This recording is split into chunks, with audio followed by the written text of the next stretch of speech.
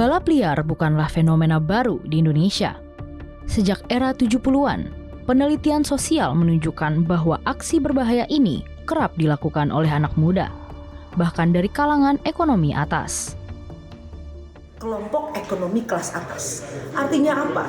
Para pelaku balap motor kalau di masa lalu itu tidak ada kaitannya dengan urusan ekonomi. Nah, tapi menariknya perjalanan bangsa ini ketika kemudian aktornya masih sama, yaitu anak-anak muda, tapi ini kemudian meluas ke semua kalangan. Kenapa? Karena pola asuh yang hari ini berbeda, yaitu orang tua cenderung memberikan setir, gas dan rem kepada anak. Pola asuh orang tua hari ini memberikan kesempatan pada anak untuk memilih jalannya sendiri, di mana seorang anak belum mampu sebenarnya mengambil keputusan apapun dalam hidupnya. Nah, inilah yang kemudian kita temui bagaimana banyaknya kelompok geng motor yang kemudian juga terpengaruh oleh tayangan-tayangan. Kita tahu ada sebuah film dari Amerika, Fast and Furious tahun 2001 yang kemudian menggambarkan bagaimana menariknya atau gagah dan kerennya menjadi orang yang kemudian berada dalam lingkup balapan.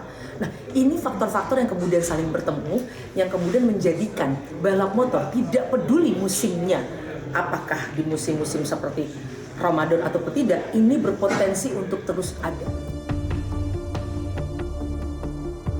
Gambaran maupun tayangan-tayangan itu lantas menanamkan persepsi bahwa aksi balapan bukan sekedar hiburan, tetapi juga identitas bagi kelompok tertentu. Faktor-faktor itu menjadi pemicu nyata terjadinya aksi-aksi balap liar di kalangan anak muda.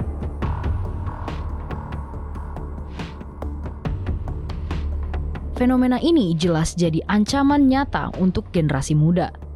Perlu peran aktif semua kalangan, tak cuma tanggung jawab polisi, tapi juga lingkungan masyarakat, terutama keluarga. Nah, ketika anak-anak ini menjadikan motor dan geng itu sebagai cara agar mereka merasa memiliki komunitas dan kemudian saling mempertontonkan kehebatannya, maka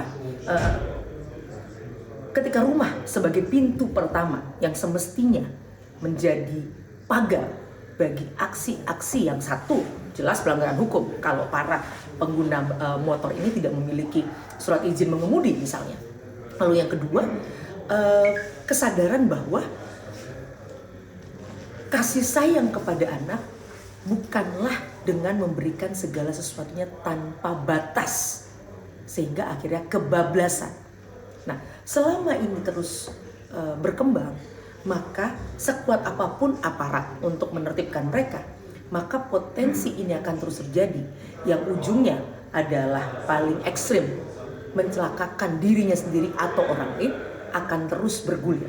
Nah, inilah makanya peran para pemimpin di lingkungan terkecil seperti RT RW yang kemudian membangun komunikasi dan mengingatkan agar misalnya tidak ada anak yang kemudian menggunakan motor malam-malam di atas jam 10 malam misalnya. Itu tidak diizinkan, yang kemudian dikomunikasikan juga kepada orang tua, sehingga orang tua bisa paham kepala wilayah bukan bermaksud mencampuri urusan keluarga, tapi ini semua atas dasar kasih sayang kita kepada anak-anak kita agar mereka terhindar dari mara bahaya dan tetap memiliki masa depan yang cerah. Lalu, bagaimana polisi bersikap? Bagaimana cara mereka mengatasi? Bisakah aksi balap liar ini ditertibkan? Kepolisian Resor Metro Jakarta Timur coba memberikan jawaban. Diawali dari keluarga dan lingkungan. Jadi pihak keluarga itu memiliki peran utama, memberikan edukasi terhadap putra-putrinya.